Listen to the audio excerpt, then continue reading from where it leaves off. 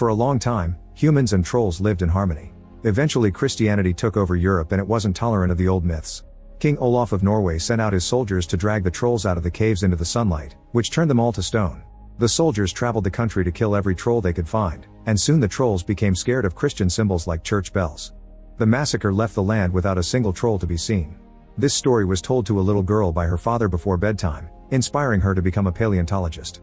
30 years later in the Jotunheimen Mountains, a mysterious man enters a cabin. As he looks around he's jumped on by Nora, who starts beating him up and even gets ready to stab him. However, she stops when she realizes this is her colleague Andreas. He notices that there are many books about myths on the table and wonders what kind of research she's doing now, but she refuses to talk about it. Andreas has come to ask Nora for her help, since 3 years ago her knowledge helped the military defeat a huge troll they found in the mountains. She even was part of the Troll Commission, but she quit when she realized the new government wasn't different from the previous corrupt one. Now she has a restraining order from the palace. Among her things he finds his book, and Nora thanks him for dedicating it to her dad, who died during the last troll attack. Andreas points out that her father would have liked her to see what he's found and Nora finally agrees to go with him. During the helicopter ride, Andreas makes Nora sign a confidentiality agreement. Instead of her name, she writes Tiny Trolley Molly. They arrive at the Vmork power station and meet with Professors Moeller and Wangel, who also were around during the last troll attack. The professors take Nora down a tunnel while telling her about the Allied sabotage operations during World War II. They claimed it was a race to develop the first atomic bomb, but that was just a cover for the search for Jotun, a massive troll that now appears in front of Nora's eyes. There are several scientists conducting research on this troll and UV lights have been installed around him for safety. Project leader and evolutionary biologist Marion introduces herself and reveals she didn't want Nora to get involved. Andreas points out that the project wasn't making any progress and it would get shut down, so he had to act. Marion explains that the troll is hibernating and the only sign of life is pulse, but his DNA has more in common with plants than humans. Then Andreas takes Nora to an office, where they meet with Sigrid, who was also part of their last adventure. Andreas and Sigrid got together and now she's pregnant. In this room there are thousands of ancient texts about trolls, including Olaf's original troll law from the year 1030. There's a part missing but it appears to expel the trolls from his land. The group is worried that there may be more trolls hiding in the country and they want to be ready in case of another attack, so they need Nora's help. Unsure of what to do, Nora tells them she needs the bathroom and leaves, but she actually returns to the room with Jotun. She takes the elevator to the highest platform and touches his nose as she starts to hum. Nora is disappointed when nothing happens, but the main computer detects a change in vitals. When she's about to leave, Jotun wakes up and looks at her. The group rushes into the room as the troll starts to move, only to discover he's chained up. Moeller orders the guard to activate the UV lights but Marion doesn't want to kill the troll, so she spills coffee on the controls. The machine sparks and the lights stop working. While Nora gets in the elevator, everyone in the building panics and runs away. Jotun breaks the chains and hits the elevator, sending the cabin flying. Nora holds on and manages to survive when the elevator slides on the ground, although Andreas has to open it and help her out. Moeller sees a troll sample rolling near him and takes it before running away too. Jotun is already advancing through the lab and steps on Wangel, instantly killing him. Andreas and Nora join Sigrid and Marion on the stairs and rush to the emergency exit to escape. At that moment Jotun destroys the building to get out and stares at the group for a second before walking away. Moments later a helicopter takes the team to an Air Force base in Rijge, where they meet with another friend from their previous adventure, Chris, who has been promoted to major. While they wait in a conference room, Nora starts arguing with Marion for not taking better care of Jotun. They're interrupted by the arrival of Prime Minister Brinchman, who says he always thought the project was too risky. Marion still wants to capture the troll for research, while Nora points out that you can't control the forces of nature.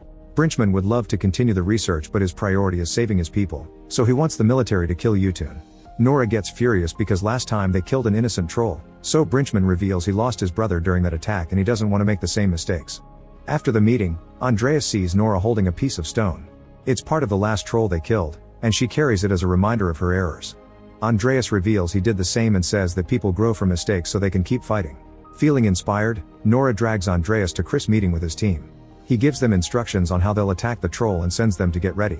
Nora tries to ask Chris to let her come and Chris says no, so Nora changes his mind by saying he owes it to her father who was killed by the last troll. Marion also joins them and Chris shows them that the military has equipped their choppers with UV lights for troll hunting. Meanwhile in a ski resort in Buskerud, people are having fun drinking and dancing. Suddenly the building starts shaking and the disco ball falls in the middle of the dance floor. The crowd hears some growling before Jotun rips off the ceiling and peeks inside. Everyone takes pictures until Jotun roars and reaches inside, causing them to panic and run. Guests start getting hurt as they push each other and parts of the building start falling. Jotun keeps reaching inside to grab as many people as he can to eat them without even chewing. Soon the helicopters arrive and turn on the UV lights. By flying near the troll, they burn several spots on his body. They manage to pull this off twice before Yutun tosses an electric pole at them, causing severe damage to one of the choppers. Chris checks on his fellow pilot, who tells him it's been an honor to fight with him. His helicopter then goes down and crashes in a big explosion that kills everyone inside. Chris is furious and hungry for revenge, but his chopper has received some damage too, and Nora tells him not to do anything stupid. As Chris stares at his enemy, Yutun decides to leave. Afterward, Chris approaches the crash site to say a few words for his friend. Marion can't believe the trolls were this ruthless, but Nora clarifies the last one wasn't like this, he only wanted to go home. She thinks they behaved like this because humans have been mistreating them for years. Andreas wonders if they could communicate with Yutun, and Nora says she knows someone who may help. In Lesia, a man who lost his house during the last attack has finally finished repairing it. Suddenly the table shakes and his dog barks like crazy. Soon Yutun shows up and steps on the house, destroying it again. In the Dovra Mountains, the group arrives at a restricted military area and finds a piece of broken fence to go through. They enter an old cave and Andreas finds a sticky substance on the wall. Nora explains that this is a hunting pit that was used to kill the Troll King. They kidnapped his child and hid it there to lure the king to his death. There are Christian symbols carved into the rocks to inflict maximum damage. Nora says that the Troll King survived the trap. In fact, it was the troll they fought 3 years ago. However, the remains of the troll child were never found. When the group reaches a pit, Nora taps the Troll King stone on the ground and asks the others not to freak out. Suddenly a troll appears in front of them and Nora confirms this is the child from the story. She's come to this cave many times over the last 3 years so the troll could be comfortable around her. She shows him his father's stone and after he sniffs it, she pets his nose. When she hums, the troll makes happy little noises to match. Andreas is impressed and curious, so Nora teaches him how to do it. He touches the nose and hums, getting a good reaction from the troll. Since the creature has no name, Nora calls him beautiful. She gets serious and asks the troll for a favor. In Boverdalen, Nora sees Yutun approach, so she shoots a flare gun in the air. Beautiful then rises from the snow and both trolls start growling at each other. Andreas wants to open fire, but Marion stops him.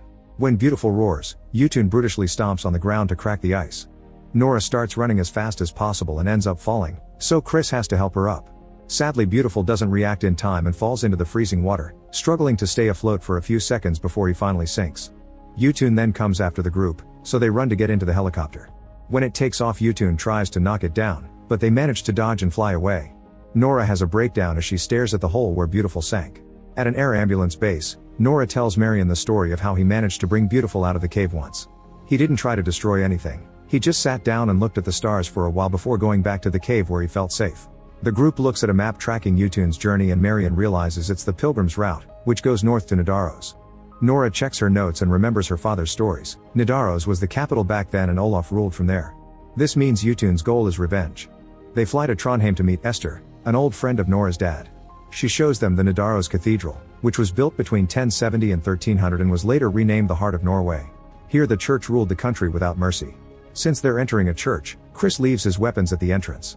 Nora explains she's here for Olaf's tomb, so Esther guides them through an underground tunnel. She wonders why the church hid Olaf since he supposedly was very important for them, guessing that they had a disagreement. They enter an empty room and Esther explains that people have been looking for the tomb for years to no avail. Marion notices the same symbol they saw on the cave, so the group starts searching too. They find a mural of Olaf on a wall and when Andreas touches it, a small piece falls and leaves a hole in Olaf's stomach. Esther remembers that during the final battle, Olaf was wounded in his belly, his thigh, and his neck. She touches all those spots and pieces of the wall come loose to reveal holes where the wounds should be. Nora inserts torches in the holes and as she starts turning them, they can hear mechanical noises in the wall. When the 3 torches are fully turned, a door appears and Andreas helps her open it. The group enters the chamber on the other side and finally finds Olaf's tomb in the middle of a pond. Nora wants to open the coffin and Esther thinks it'd be disrespectful, so Nora has to remind her that it's an emergency. They push the heavy lid together and inside they find Olaf's skeleton holding his sword. Since it's made of silver it hasn't rusted, but it also means it's useless as an actual weapon. Inside Olaf's pocket they find the missing piece of the troll law. The group leaves the chamber to send a picture of the paper to Sigrid, who puts it together with the half in the institute. Now they can read the complete text and learn that Olaf was against kicking the trolls out of the country. The church killed him so they could carry on the massacre. Yutun doesn't want revenge on Olaf, he wants revenge on humanity. Meanwhile, videos of the attack on the resort and the man's destroyed house have gone viral and are appearing on media all over the world. The governments of other countries are worried about what the troll may do and threaten to take action if necessary. Brinchman appears at a press conference and explains they're evacuating all the people on the Pilgrim's Route, but he has no answer for the reporter asking how he'll solve this. Chris is called back to the base, but he ignores the message and stays with his friends so they can fight together. The group wonders what Olaf used to fight trolls back in the day, since silver isn't strong. Nora remembers the pond and dips a knife in holy water before touching the Troll King stone with it. The stone immediately breaks in half, confirming that trolls are weak to holy water. Afterward, Chris and Marion run to talk to the people being evacuated and ask for their help. The crowd cheers, ready to defend their country. While Esther teaches Andreas how to ring the church bells, a line forms from the pond to the military trucks to transport buckets of holy water that the soldiers use to fill their weapons. In the evening, Yutun finally shows up and brings down a few buildings as he makes his way to the church. Esther and Andreas start ringing the bells, which hurts Yutun's ears and slows him down. Then the soldiers open fire and the holy water ammo hits Yutun's body in several spots, slowly hurting him. Yutun loses his mind and throws a tree at the church, destroying the bells. Andreas and Esther manage to run before they could get hurt. The soldiers keep on shooting, but the damage caused by holy water isn't as effective as they expected and Yutun continues to advance. Chris blows up the line of explosives they've installed on the ground and this time the burns are severe, but the troll is still alive. The group starts running as Yutun comes for them, but he freezes when he hears a roar. To everyone's surprise, Beautiful is back and ready to throw down. Both trolls get into the river and start to fight with mighty strength. Yutun manages to punch Beautiful quite brutally and throws him onto the bridge, destroying the structure and causing the troll to fall into the water. Nora is desperate to help her friend but she doesn't know what to do. Marion remembers that Yutun has a pulse, so she thinks they should attack him from the inside so the holy water can destroy his heart. They only have one bomb left so they'll have to be careful. Yutun continues to beat Beautiful up in the river and break structures to use as weapons for even more damage. While Chris and Andreas get in the chopper, Nora and Marion run ahead to shoot Yutun. It doesn't do much damage but at least it keeps him distracted, although Beautiful is still stuck in the water under his enemy's foot. Chris has to turn the helicopter to fly around the troll and the bomb slides out. Andreas rushes to grab it just in time, but the detonator falls on the street and breaks. This means the only way to detonate the bomb now is a grenade, but someone will have to go down with it. Andreas knows what he must do so he calls Sigrid to say a final goodbye, although the connection ends before they're done. At that moment Beautiful passes out and the women run out of ammo. Marion runs but Nora refuses to give up. Then the helicopter finally reaches Yutun's head and Andreas jumps out with the grenade and the bomb. Yutun swallows everything and the grenade explodes, sending holy water through the troll's whole body. His hard skin starts to burn and the pain weakens him enough for a recovering Beautiful to reach into his chest and rip his heart out. Yutun's body falls as it disintegrates in the river. Sometime later, the church is being repaired and Esther opens an exhibition to teach the real story of Olaf. Sigrid has the baby and Chris becomes a fun uncle. Beautiful is now allowed to roam in the mountains and visits Nora's cabin regularly. In the meantime, Muller has been working on the sample he stole. It's now grown into a mini troll. Like, comment, share, and subscribe. Thanks for watching. See you on my next video.